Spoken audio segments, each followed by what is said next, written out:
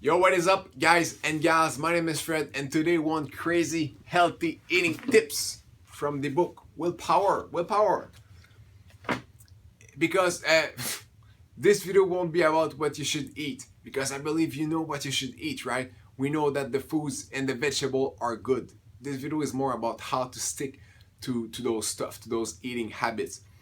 Because, well, yes, we know that foods and vegetable are awesome, but we also know that the chocolate and the cookies are awesome too. So how can we stick to the good stuff?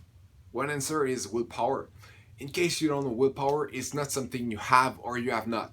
It's not something you're born or you're not born with. We all have willpower.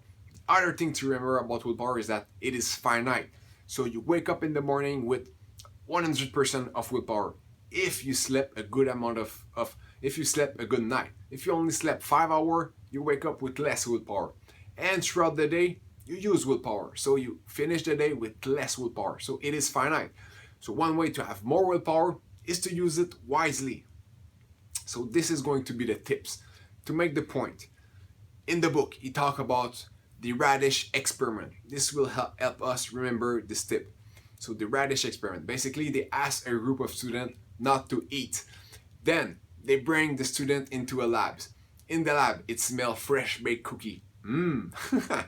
and one group of students are allowed to eat the cookie, and the other group of students are not allowed to eat the cookie. They had to eat radishes. And then the researchers left the lab, so it even more tempting for the student to eat cookies, and they watched them through an hidden window. So they wanted to see how this will affect the group of students who had to resist the cookie. Will they use willpower, and how will this affect them? After this experiment, they bring the same student into an other room where they had to solve a puzzle, but an unsolvable puzzle. The puzzle was impossible to complete. They wanted to see how long it will take for the student to give up. The result: the student who had eat the cookie were allowed to eat the cookie, work on the puzzle for about 20 minutes, and the other group who had to resist work on the puzzle for about 7 minutes. Huge difference. Using willpower makes them give up 13 minutes sooner. This is huge. But the other thing is that they had another group of students who were also hungry, but were never offered any kind of food. So they were also hungry, but they were just never offered any kind of food. They work on 20 minutes too. So that makes the point I want to make. Because, well, too often we didn't set clear boundary on what we're going to eat and what we're not going to eat, and we just go from yes from eating whatever we want. And this is what make it hard, because if you didn't decide that, let's say every morning I'm going to eat fruits, only fruits, well, when you will have done this for a month, it won't be hard anymore, because it will become a habit. So you will not even consider eating anything else than fruit.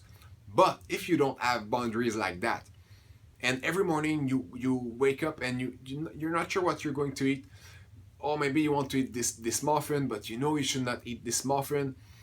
But there's the toast, and you know that, and only the fact of wondering what to eat, you use willpower. So, but also, if you decide to eat something else like the fruits, but you resist eating the muffin, you start the day with less willpower, and this is huge, right? Because this is simply the beginning of the day. So that's what I want you to remember. We have to make. I'm not suggesting that you're trying to change your whole eating habits all at once. I think the best way to start is really breakfast, starting by eating fruits, simply eating fruits every morning. At the beginning, it might be a little bit hard, but after a month and two, it will be super easy, because first it will have become a habit. But then it's after that the magic happen, if you will, because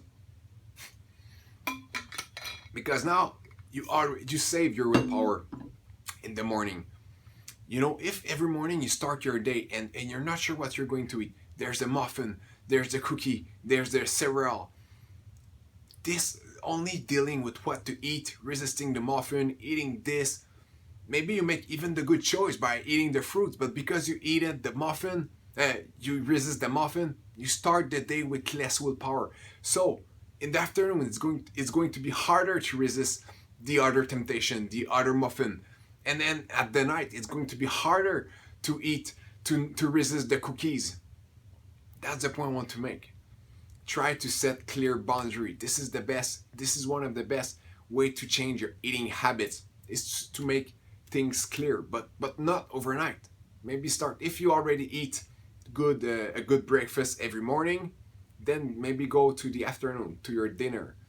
All right, so there you have it, my friend. Your healthy eating tips is to use your willpower wisely, but start slowly.